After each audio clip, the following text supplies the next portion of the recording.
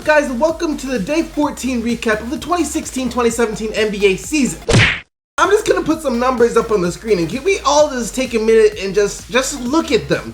Just look at these numbers. Look at and just respect these numbers. How beautiful are those? James Harden is on another level right now. 4 games in a row with at least 30 points and 12 assists. Almost 4 games in a row with at least 30 points and 15 assists, if not for coming up 3 assists short against Atlanta. If James Harden keeps this up, which I'm sure he will because it doesn't even look like he's trying out there, he will be the first player and only the second player in NBA history behind Oscar Robertson to average 30 points, over 10 assists, and 5 rebounds per game. That is insane. Point guard James Harden is insane. He's doing so much for the Rockets right now, and it just boggles my mind how the Rockets most likely won't get the second, first, or third seed in the West, right? And going through NBA history, no player has ever won MVP without getting those seeds in their conference, and it just boggles my mind that someone like James Harden will be disregarded from the MVP race just because his team wasn't good enough when he was probably one of the best players, if not the best player in the NBA that year. That's just crazy to me, but whatever. But speaking about the Oscar Robertson thing, how crazy is it that we might have 2 players this year who put up Oscar Robertson-like numbers? Russell Westbrook and James Harden.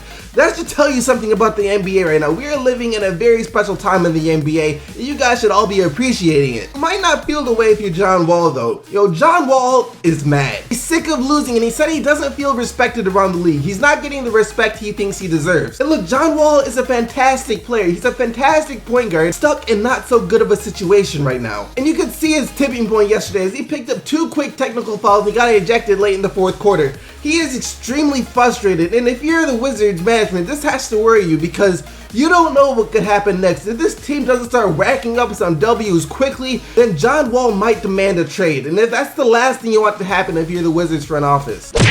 The NBA 3-point record has been broken. Stephen Curry hit 13 for 17 threes last night, finished with 46 points. 13 for 17 threes, that is insane. You can say what you want about Curry, you don't have to like him as a player or a person or whatever, but you are lying to yourself if you think 13 for 17 threes isn't out of this world. As for the Pelicans, the Hornets are by far the most under-radar team in the NBA right now. Look, they're second in the Eastern Conference with a 5-1 record behind the Cavaliers, who are still undefeated. Looking at the roster, they definitely don't have a lot of star power at all. I mean, Kemba Walker is an all-star caliber player. He's been having a really good season, averaging around 24 points and 4 assists per game. Look, the Hornets just play really good team basketball. They get production up and down the roster every single night. And someone who I really like on that roster is Nick Batum. Nick Batum is a player who every team on the NBA would love to have. I mean, he's basically a Swiss Army knife. You need some points? He got you. You need some rebounds? He got you. You need some assists? He got you. You need some defense? He got you. Nick Batum just got you. On the other hand, though, something might be up in Indy. Look, it's still early in the season, and this is still a pretty brand new team overall. But that being said, it just doesn't look like they're clicking. And Paul George said this after the game yesterday. He said something along the lines of the players don't trust each other, and it doesn't feel like a team. Something along the lines of that. And he's right. It doesn't look like a team. They don't play like a team. They have the talent, but something I think needs to change ASAP is Monte Ellis. Monte Ellis doesn't look like he fits in with that starting lineup. Move him to the bench as more of a Jamal Crawford type role and put in CJ Miles. CJ Miles has been having a really nice season so far. He's a nice spot-up 3-point shooter. He also gives you a bit more size in the backcourt for defensive purposes. Enes Kanter will most likely win 6th Man of the Year. Last night he was flames, He had 24 points and 10 rebounds in 21 minutes off the bench. 24 points and 10 rebounds in 21 minutes. Where else are you going to find that kind of production off the bench? And the game before that, he basically did it again. We had 20 points and 10 rebounds in 21 minutes off the bench.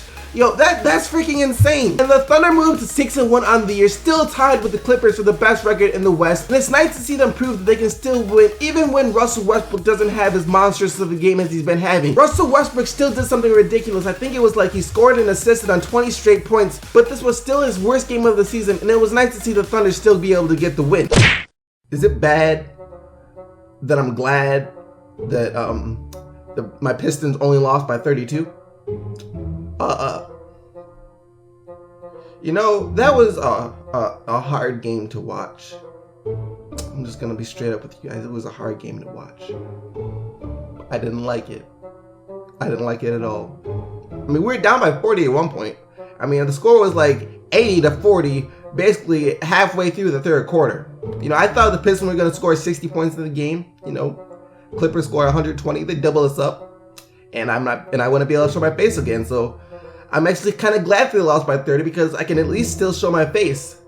But hats off to the Clippers. Played a great game, defensively, offensively, really good team. And I have nothing else to say. The Magic were on a 3-game winning streak, and the Bulls were on a 3-game losing streak coming into this game. And the Bulls won pretty easily. Jimmy Butler had 20 points, 7 rebounds, and 5 assists, and there's really not much else to talk about. We all know who won this game. You guys should all comment down below who you guys think will win first, the Pelicans or the Sixers. And that wraps up all the action from day 14 of the 2016-2017 NBA season. Hope you guys enjoyed it. Smash that like button if you did. I will greatly appreciate it as it helps the channel grow. And I'm not gonna lie, YouTubers like to see that. It just makes us feel good about the work we're producing. I'm not gonna lie. Season's still been off to a great start. I can't wait to see what goes down tomorrow. So until then, you already know, keep getting the Buckets Team SDC, and I'm out of here. Peace!